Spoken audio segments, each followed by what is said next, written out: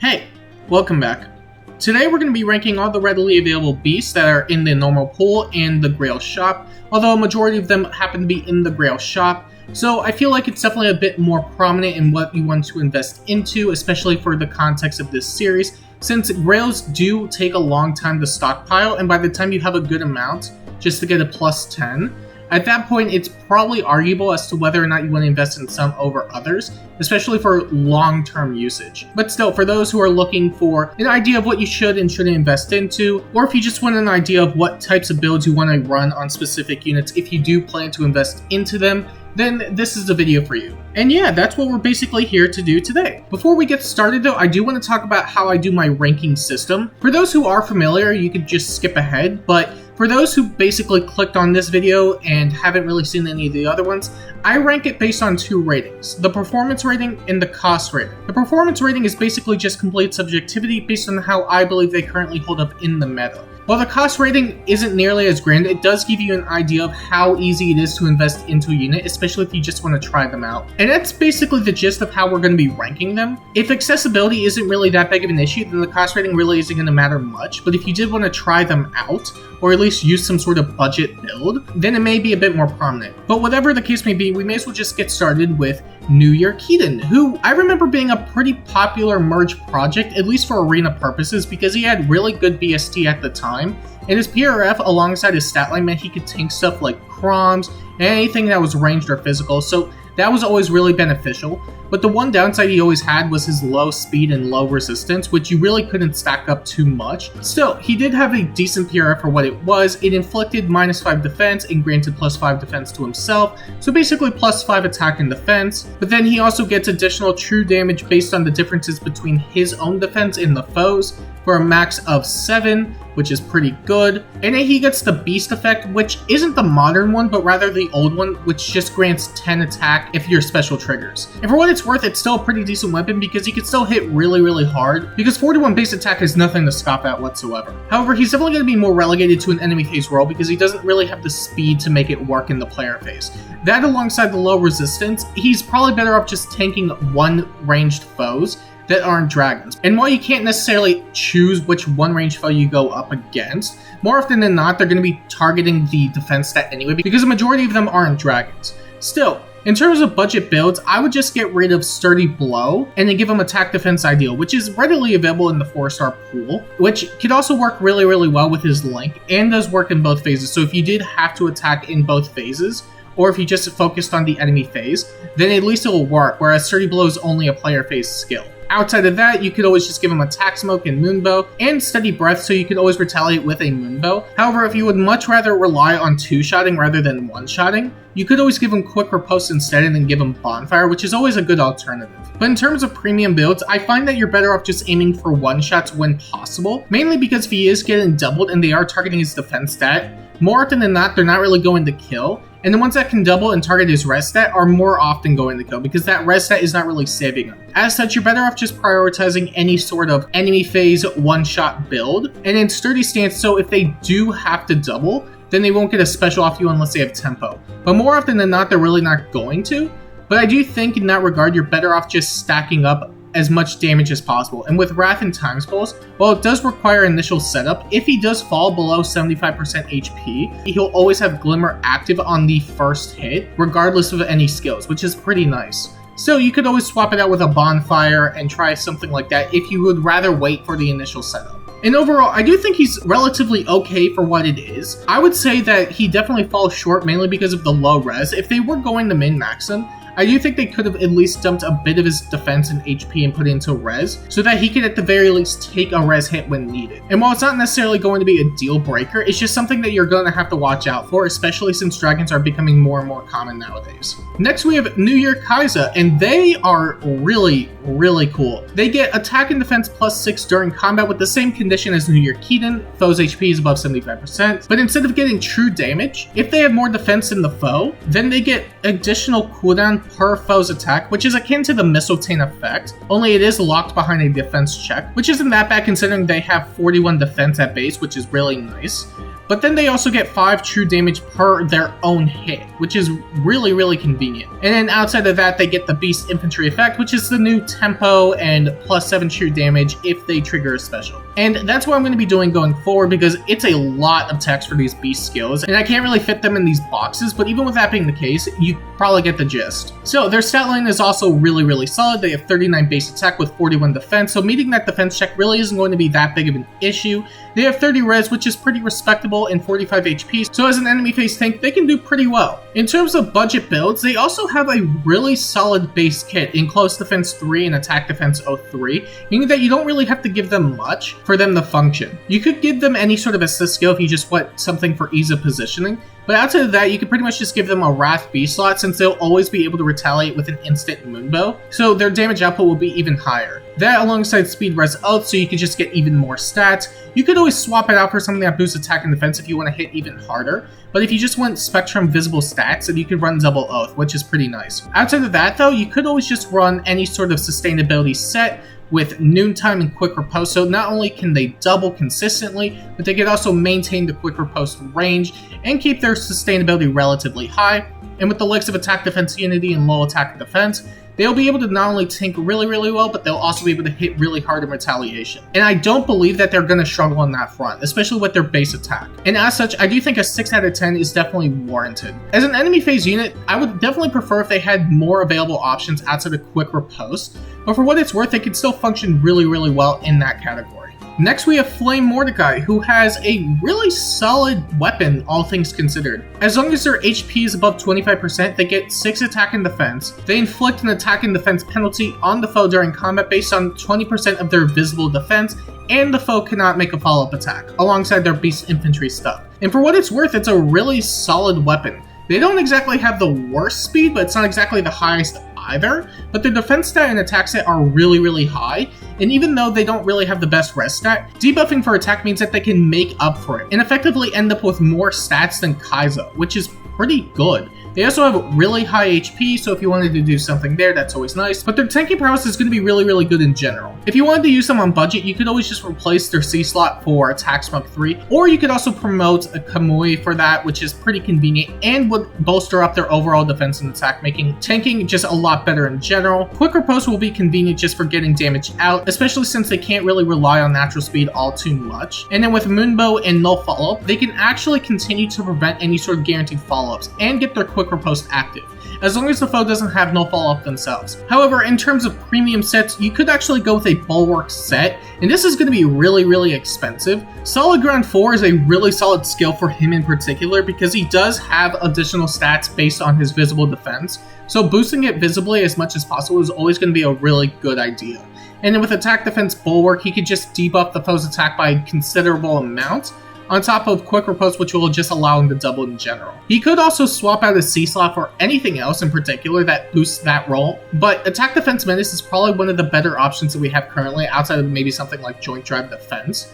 And even though it's not really going to be as consistent, we don't really have Attack Defense Oath 4 at the moment, which I do think will be a lot better, but for now I think Menace will work just fine. And overall, I do think Flame Mordecai is a really decent enemy phase tank. I would say much more than Kai'Sa, mainly because they have the follow-up prevention. And while their speed isn't exactly the highest, they can always use the no follow-up seal and just secure that, unless the foe has no follow-up themselves. But even then, I do think their role as an enemy phase tank is pretty decent. Next we have regular Mordecai, who is completely different from his Flame counterpart, where he's more so supportive, but he does have a good amount of attack and defense for combat purposes, but nothing outside of that. He does have a really similar stat line akin to Flame Mordecai, where he has high HP, good attack, good defense, but low speed and low resistance. But where Flame Mordecai shines a bit more is that he can debuff the foe's attack, meaning that his res actually isn't as bad. Still, with that being the case, he is mainly going to be a support unit, as he does have his assist-based weapon, which debuffs the foe's stats as well as inflicts pulse smoke if he's able to use an assist skill and reach the foe, which is pretty nice. If you just wanted to use him on budget, he's definitely going to be way better on the support side, especially at one merge or even no merges, so just running a Link with double tactic could always be pretty beneficial just for getting Spectrum stats on an ally. And then Sturdy Stance too, if you just want to enemy face tank with him, you could just slap it on him for what it's worth, but I don't really think you're going to be using him as an enemy face unit at that low merges. However, if you did want to use him as a combat unit, you could always give him Clash with Bulwark and Joint Drive Attack. Clash is a pretty solid option regardless of which phase you go into, because it does work in both phases. As long as somebody moves 2 spaces, he gets a lot of stats to his attack and defense, and he neutralizes any debuffs to said stats, which is pretty good. And then Bulwark makes it so you get healing, and they can't snipe from the backline, which is really nice. And then Joint Drive Attack for extra stats, which is never a bad thing. I do think he's a bit weaker in that regard compared to Flame Mordecai, which is why I'm giving him a 6 out of 10. But for what it's worth, he does have decent supportive capabilities, and I would say that if you did want something that's a bit more hybrid, Mordecai's not a bad option whatsoever. Next we have Fallen Myrrh, and I hope I pronounced that right. I can never really pronounce that too well. And he's a really solid Grail beast. We got him on the Fallen banner this year, and he has a lot going for him in his weapon. He has his Omni Menace thing, which is akin to the likes of Wallheart, where it does affect all units within 4 spaces. But then he also has attack and speed 6, and he neutralizes any bonuses on the foe during combat.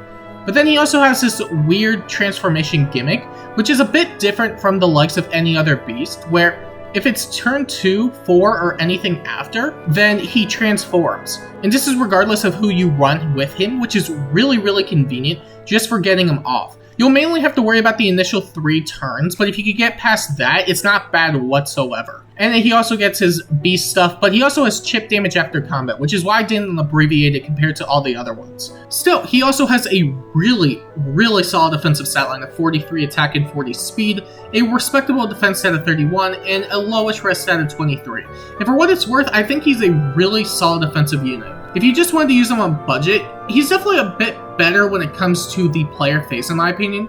But if you didn't want to run something like Fury Desperation, which I would get, you could always just run something enemy phase oriented and keep his sustainability up, which is going to be a bit harder considering he does chip himself after every combat. But if you can make it work, then something with Noontime and Wrath and Darting Breath will allow him to just sustain really, really well and hit really, really hard. But if you wanted to do something that's a bit more in the player phase, I would still recommend Fury Desperation because of the chip damage that he gets from his weapon, and that combined with his A-slot means that he can fall into the Desperation range really, really quick. And with the likes of Heavy Blade and even Tempest, he could actually act as a really solid Gale Force unit. And overall, I do think he's a solid unit. You could always replace his C-slot for something like Null Follow-Up if you just want to consistently double, but losing out on Heavy Blade means that he won't be able to consistently Gale Force, which is why I do think in terms of his player phase prowess, he's still pretty decent, but I don't think I could really give him anything above a 6.5. Next we have Naesala, who got a really banger refine. They have true damage based on their own speed, they get 10 attack and speed from their weapon, they get Flashing Blade if they're faster, and they get half null follow-up if they're more than 6 points faster than the foe, which is going to be really, really easy to do because he's definitely one of the fastest units that we currently have in the game. And with his flyer perks also granting 3 movement, he's going to be really, really menacing. His attack, while definitely not necessarily on the highest side, is definitely made up for the fact that he gets 10 attack from his weapon on top of true damage. And with his 38 base speed, well, really going to be 41 because you can't replace the weapon, it's going to be really, really easy to double and get a lot of damage out, even at 0 merges. So if you just wanted to use them on budget, I would still recommend doing a Fury Desperation set, because I don't think if you are able to enter more than 1 combat without any sort of Desperation effect, or able to get 2 attacks out before the foe can counter back after the first combat, then he's not going to survive. Which is why I do think for what it's worth, a Desperation set can work. But for a more premium set, Dive Bomb can work really, really well, especially with the likes of Gale Force, although you could use Trace instead. And one of the bigger benefits to this is that he doesn't need to run Heavy Blade, which is one of the cruxes when it comes to any sort of flying or cavalry Gale Force unit, is that they have to run Heavy Blade. They don't have access to flashing. But flashing being built into his weapon is a really, really big deal. So that with Quick Impulse and Speed Defense Rain, he could consistently get Gale Force off on the first hit, then double. But if you do want to have that safety net of being able to run away after, then Near Trace is probably going to be a better option. Still, overall, I think Naesala is definitely one of the strongest Grail units that we currently have in the game, at least for player phase purposes. You do have to consider running him with any sort of beast unit, because definitely one of the highlights is going to be his 3 movement, but he does get a lot of his effects without being transformed. Still, I would definitely recommend running him on a beast team, and if you do, he's definitely going to function really, really well. Next we have Pan, who basically got a similar refine, except rather than getting half null follow-up, they got a guaranteed follow-up, and rather than Flashing Blade, they got true damage. But still, they have all sorts of other stuff too, including guard, plus 16 to everything, which is really big, and they have their sturdy impact effect, which is pretty nice. In terms of their base stats, you're definitely going to be carried more by their PRF, because 29 base attack is pretty low, 30 defense is okay, 34 speed is pretty good, and 23 res isn't exactly the best, but that's what happens when you're a cavalry anyway, because you do have limited BSC to work with. So their weapon definitely makes up for that fact, because they do get plus 12 to everything, which is definitely going to be quite decent, especially when they also get true damage from it, and a guaranteed follow-up, which is going to be easy to meet because it's only 1 speed. In terms of budget, you could actually run them with a wind sweep set, which I do think could work pretty well, mainly because they do get a guaranteed follow-up, and with their speed stat in tow, they can prevent any sort of retaliation from most melee foes outright, which is going to be really, really good. And you could give them something like Swift Sparrow 2, or any sort of skill that boosts attack and speed to any significant degree. And then with the likes of Attack Speed Solo and Defense Smoke, which they already come with, they're going to be hitting pretty hard, at least with the true damage in tow too. But if you want something that's a bit more sustainable, then you could always run something like Surge Sparrow with Trace. Surge Sparrow will at least allow them to heal back any damage they take in the player phase. And then with Near Trace, they could always run away after, which is going to be really, really convenient. And then with Rouse Attack Speed 4, they get the Null Panic effect, meaning that no matter what, they're going to be able to double more often than a lot of other units will be able to, especially with all the stats they get from their weapon. And overall, I do think Pan is pretty underrated. I would say Naesala is still a bit better because half null follow-up with Flashing Blade is arguably better in my opinion than a guaranteed follow-up with true damage. But still, Pan could work out pretty well. And if you did want to build her, she can function pretty well, all things considered. And then finally, we have Reyson, who's basically a 3-move dancer. They have their HP gimmick, which is pretty okay for what it's worth, but they're really just there to be a 3-move dancer. Their stats aren't really the best when it comes to any sort of support, but you could potentially bolster it in some significant degree if you wanted to try something out. But for the most part, they're really just there to be a 3-move dancer, which is already good on its own. So if you just wanted to use them right out of the gate, really all they're going to need is Wings of Mercy. Everything else can really just come down to preference, and that's all it really comes down to. 3 movement really isn't going to be as much of a highlight if you're just going to be using Wings of Mercy, but for what it's worth, if they aren't in Wings of Mercy range, then 3 movement is going to be really, really beneficial. And honestly, it's just a 3-move dancer. There's not really much on that front, but for what it's worth, they still do quite well. And if you did want to try something a bit more gimmicky, you could try and make them into a Gale Force dancer, which may be a bit more difficult considering their base attack is pretty low, on top of the fact that they will have to run Heavy Blade, as they don't have access to Flashing Blade. Still, with the likes of Attack Speed Catch, Attack Defense Near Trace, and Attack Defense Rain, they can get a pretty big attack swing, which can actually work out depending on the foe you go up against, but the moment there's any sort of guard effect or a unit that just has way higher attack, it's not going to work. So, in that regard, it's fine, but really you're just going to be using Reyson for any sort of support, and this is just more so for the enthusiasts out here. And because he's really just a 3-movement dancer, there's not really any reason to give him a numerical value in my opinion, because at the end of the day, dancers do what they do best, and that's dance. So they get a dancer out of 10. And in terms of cost rating, it's really just Wings of Mercy, so they can be really, really easy to build. And that's about it in terms of the beast units that are readily available. For what it's worth, there is a lot of really good accessible beasts, whether that's for support or that's for combat. You really can't go wrong with a lot of options. But if I did have to recommend any, I would definitely recommend Naesala, Reyson, Pan, Flame Mordecai, or even Year Kaden. They're all really, really good. But if you did want to build any of the other ones, you really can't go wrong with them. Still, you'll have to let me know what you think down below. If you want to see more videos like this, make sure to like and subscribe. And until next time, I'll see you later.